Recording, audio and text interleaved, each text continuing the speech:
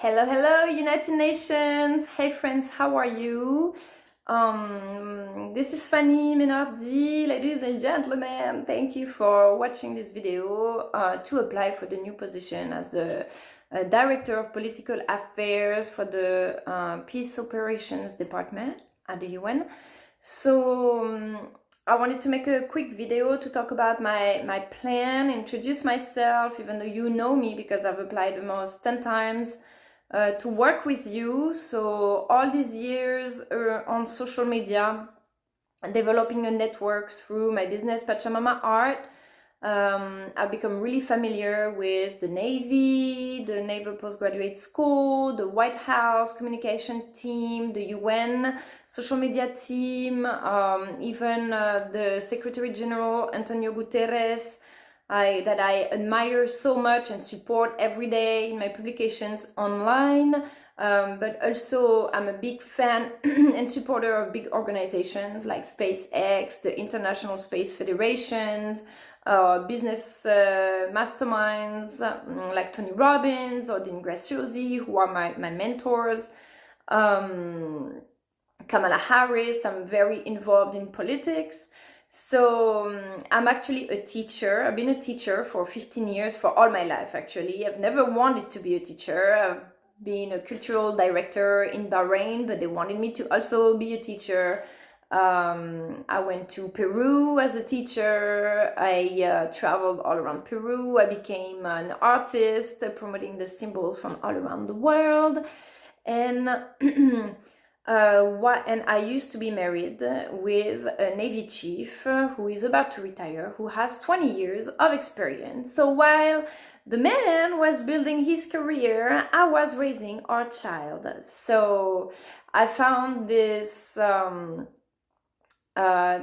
job offer very interesting because even though I have not directly worked in the military, I worked with the military. I know their processes. For example, when I met my husband, the Navy was selling small boats to Peru. I was living in Peru. And so as delivering the small boats, they were delivering also trainings to teach them how to use the boats, but also how to apply strategies to fight narco trafficking in Peru or in Colombia.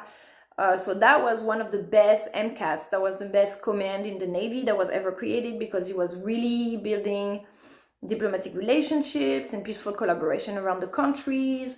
I think that it would really solve the problems of immigration to continue this kind of programs, because helping bringing our successful business models, for example, from America to countries in poverty would help create new high-level employment, develop their economy so they wouldn't have to flee, and also helping them with the guerrillas and stuff so they wouldn't have to flee and come create immigration challenges here in America.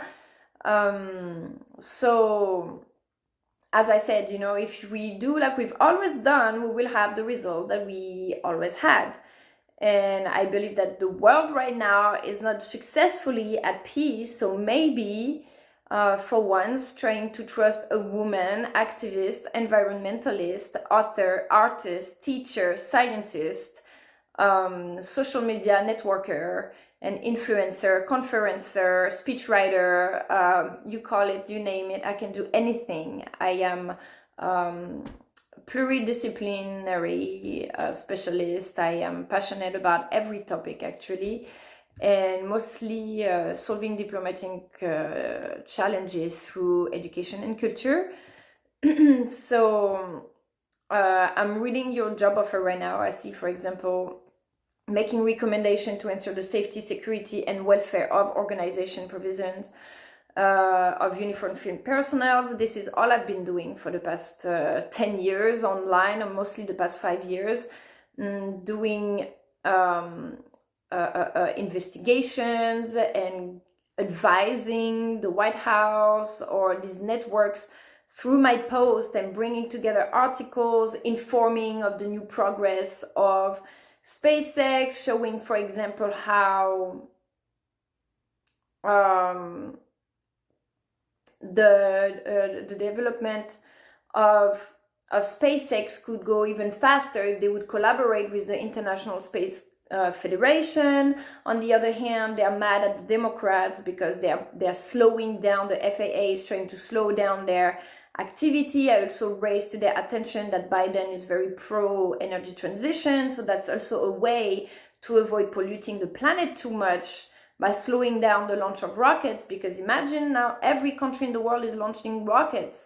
So if everybody does it, it's going to create a new pollution crisis. So we have to slow them down while not blocking the way to technological evolution at the same time. So building new collaborations and partnership is the way. And I know all this network, but you know what? When I was working at the Alliance Française as a cultural director, I was respected. People would listen to me. Since I'm a solopreneur working at Pachamama Art, nobody takes me seriously. No, I never get invited to the events. I never get let into the doors. So this is also why I want to come work with you at the UN, because I know my ideas are valuable. I've been recommending a lot of peace building strategies online. For example, using the space exploration as a trading argument for peace with Russia. So because Vladimir Putin is passionate about space exploration, he's passionate about aircrafts and nuclear weapons and stuff. So redirecting his attention from nuclear warfare towards Space Olympics 2030, for example, would be a great argument. So now we have two political parties. I'm very good also at evidencing the bullshit from the politicians. For example, Trump saying that he's going to stop the war in Ukraine as soon as he becomes president in 24 hours. So either he's a big liar, full of empty promises, or he's a criminal, meaning that they've been organizing this and parasiting the Biden's organization, the Biden's administration during their entire mandate to try to have electoral campaign arguments. Okay, so however, the electoral campaign has been very useful to raise certain topics and try to mediate and acknowledge each other to find solutions. So, for example, the problem of immigration, the fact that we have to stop distributing weapons. I have been saying this since the beginning. They kept distributing weapons. Joe Biden and Kamala Harris have already stood against the pharmaceutical lobbies during their mandate, started the energy transition by installing electric recharging stations all around America. So it's happening, but they need to continue their mandate to be able to finish, because Trump is completely unconscious about the environment. So luckily he's partnering with Elon Musk that would probably have a better influence toward his politics, but Trump is not Elon Musk. Elon Musk will continue with or without Trump, you know. So but it is indeed important to have this kind of election times to raise the problems and then see how we can solve them maybe differently. So why do I think I am very solid in advising senior leaders in all around countries? Because first, I live with integrity. I'm absolutely honest and transparent about everything that I do. I publish all my articles, my motivation letters online, all my intentions. Even when I wanted to marry Elon Musk, I told everybody there is no hidden agenda, but I also wanted to work with him to accelerate the energy transition and their collaborations, right? And also follow trainings. I told them exactly the strategies that I would implement for their business. So everywhere I go, when I try to work with SpaceX, when I try to work with the Naval Postgraduate School or the Air Force, I wanted to be an officer in the Air Force. I wanted to work at the FBI. So all this for 15 years while I was raising my child. Of course, I was always denied because I had a young child. So, and now it's blocking me because 15 years later, I don't have a lot of corporate experience. But like I said, I've been looking online. I know what's going on. I've been everywhere. So I think that we need to make new rules, you know, and talking to these leaders. Actually, I'm very mature for my age, and I think that I don't even talk to men that are, I don't talk to men and women that are my age because they're not high level enough. I can only speak to, I'm fascinated and obsessed with excellence and people who push their businesses so far that they have excellent results, world changing. Like what I don't care. I don't sleep at night thinking of what shoes I'm gonna wear tomorrow, or sometimes, but I'm don't sleep because I'm thinking about how we're gonna stop this politician from selling the weapons, how I'm gonna get into SpaceX to make them implement this new energy, clean energy formula into the spaceships, how we can stop the Russians and Israel from bombing these poor people. Like when my baby was born, I started crying, not because they were like, why are you crying? I was like, because I saw how much attention and love my son needed, and then I started thinking about all these babies that are orphans and they don't have that food and they don't have that love, or those parents, those conscious parents. I was just like crying.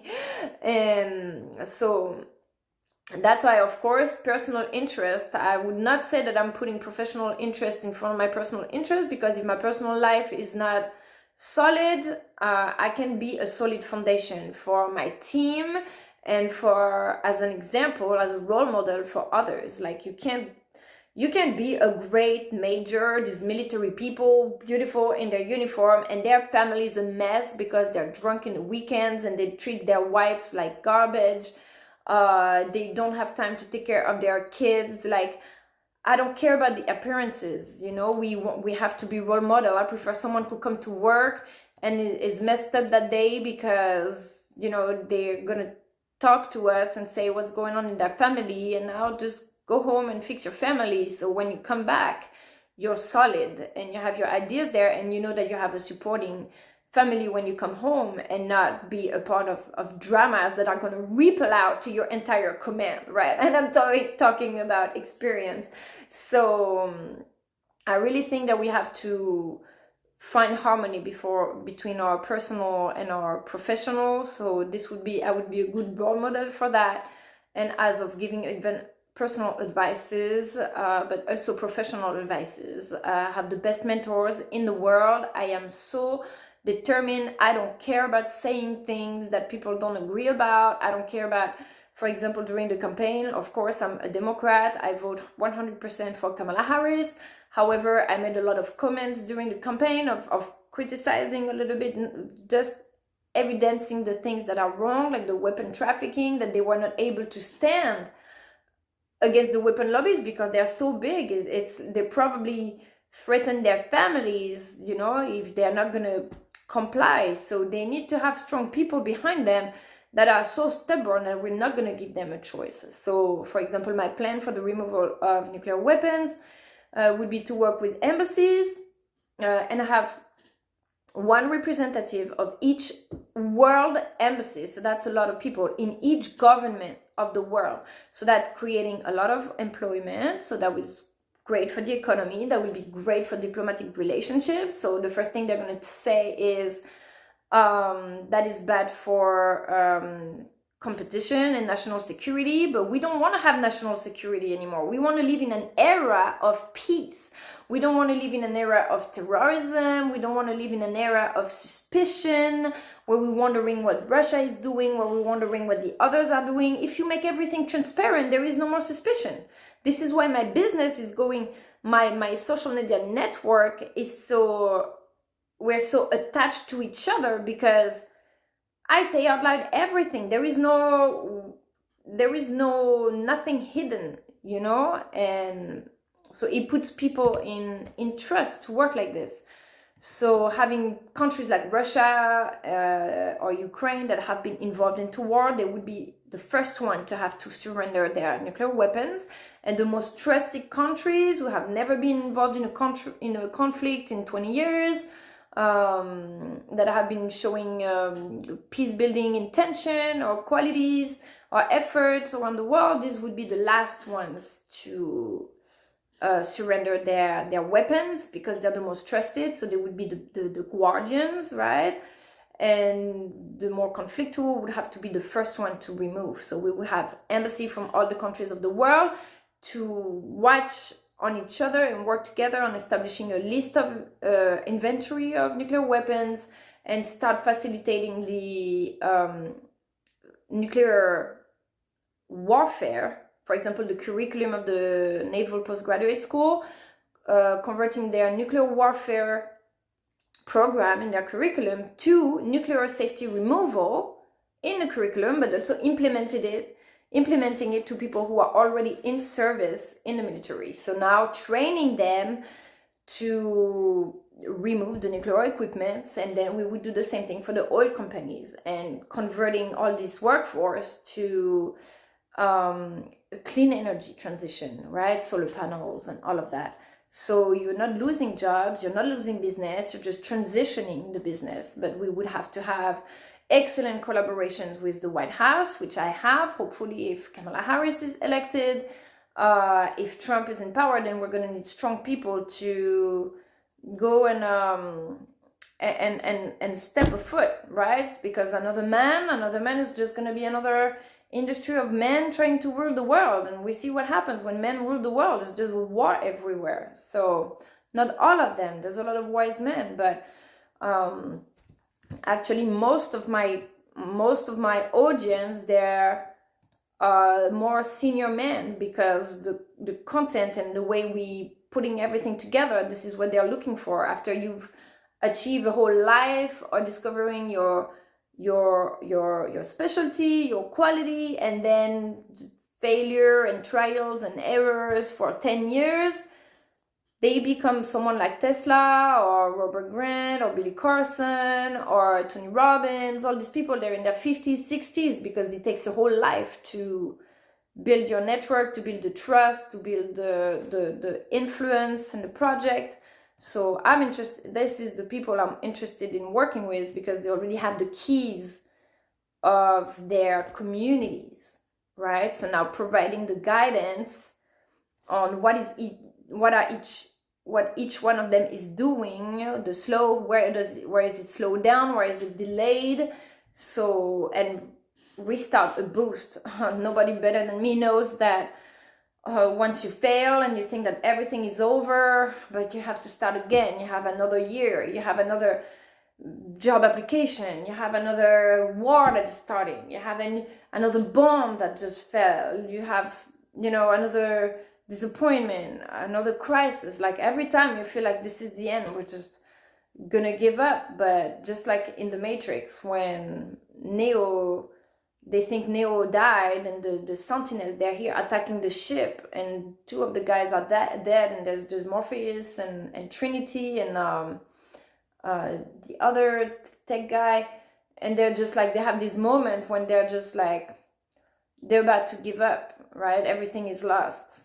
But then they bring him back, he's coming back to life, right? She talks to me with the power of love, and she brings him back to his strength, and he finally beats the evil that is integrated everywhere. So I really think that that can work, bringing a new perspective and getting out of the military rules. And people need to relax. I think people are too stressed out. We have such pressure on having to be professional and have to follow the rules and the international laws and this and that and the appearance, and everything has to be, we don't even know, there's so many rules now, and we don't even know who we have to be. People are under such pressure. You can't be 5 minutes late to work because that's the timer. You can't pronounce words like religion at work. For example, we can't say animals. Like one day I told my, I don't know, I was talking to the director, or I don't know, I was like, oh my god, these crazy animals drive me crazy. And they were like, you cannot use the term animals because in the time of slavery, the black people, they were called animals sometimes. So now when you're saying that that's racist, I'm like, wait, like I see people walking in the street with shirts that say Black Power, Black Lives Matters. Like if I would walk around in the street with a shirt that said White Power, I would get shot for being a racist in 5 minutes. Like, you know, we have to calm down a little bit on the rules and just like enforce protocols, enforce the laws, but prioritize conversations and stop trying to be the winner, because right now Ukraine wants to be the winner and NATO wants to be the winner, but Russia wants to be the winner, and in the end there's only losers because people are dying and they're in their office clicking buttons while their own countries are dying. So even though they probably hate each other, we have to find a way to make them agree on something new, on bringing something new to the table that is going to inspire everyone. And my idea is the Space Olympics 2030 that would gather everybody to celebrate the nuclear removal, the agreement on nuclear removal, which was actually Putin's in the conference in the 90s or 10 years ago was saying that in the end we should have to get rid of nuclear weapons. So that's still somewhere hidden within him. We can find that spark of life, you know, and wisdom to bring him back on the right path. It's possible. But so you want to be a part of BRICS, you want to be a part of NATO, you have to sign the contract. You have to remove the nuclear weapons. If you're not doing it, you're on your own. You're okay, and eventually you're gonna have to do it. So if you want a new technology, or we're gonna block your import, we're gonna block the import and exportations, we're going to block economic business and stuff like that. So that will be all, I think, for the main. I think the fact that the Nobel Peace Prize has been awarded to this organization, right, for the nuclear awareness and evidencing how bad it is, how nefast it is for the human body and the environment. So they called it for this year, our priority is to remove the nuclear weapons. And this is also what Antonio Guterres has been calling for many years. And me and him, we're the only one. I have not heard any other person beside him and myself to talk about this publicly. And people would laugh at me. I don't care. All the time I'm just thinking what I believe is right, and most of my advices are often right. I'm often right on my strategies, even though I have no training into wars, but because all you have to do is care. And when you care about the consequences and how you look at situations from different perspectives, right? You're supposed to be neutral. You have this commitment to neutrality, but so because you have to see the different perspectives.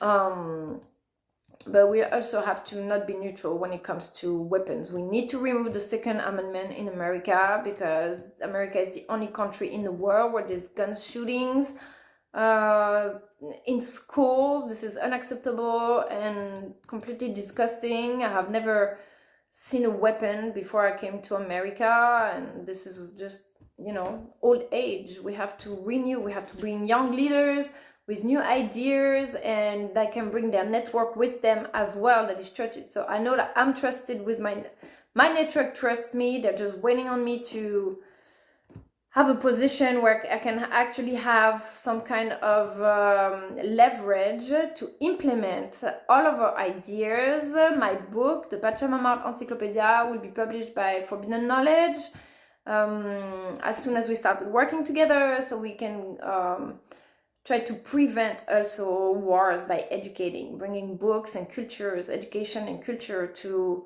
these countries. You know, it's not easy because they don't want to change. They don't want to be helped. They want the help, but they don't want the lecture. You know, they want the money, but they don't want the lecture. They don't want to change their religions. They want the land, but also maybe if, you know, they hadn't been persecuted or taken from their land, they wouldn't have gone so radical. So this needs to stop.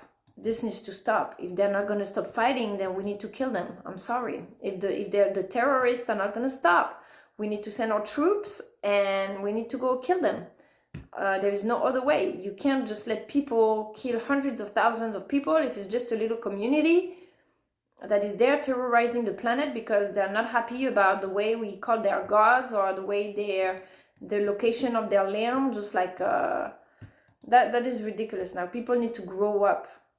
This is a planet. We live in the 21st century. We need to have a global consciousness. It's not just at our level. The weapons that we use, they have an impact on the entire planet, on their social media. We see what's going on. My kid can see on YouTube other kids bleeding there in Gaza. We're responsible for the images that we publish online. We're responsible for the example that we give, and we need to go educate their children and send our troops to find those terrorists and put an end to this real quickly, like Obama did with the Taliban, and then we didn't hear about it for many years. All right, so thank you for listening. Thank you for watching. I hope that you will be excited to work together and trust me for this massive task that we have to do, but I would have the honor of joining you in New York City and traveling as well. So please contact me for an interview really soon so we can continue this conversation. Thank you for your attention. Have a great day.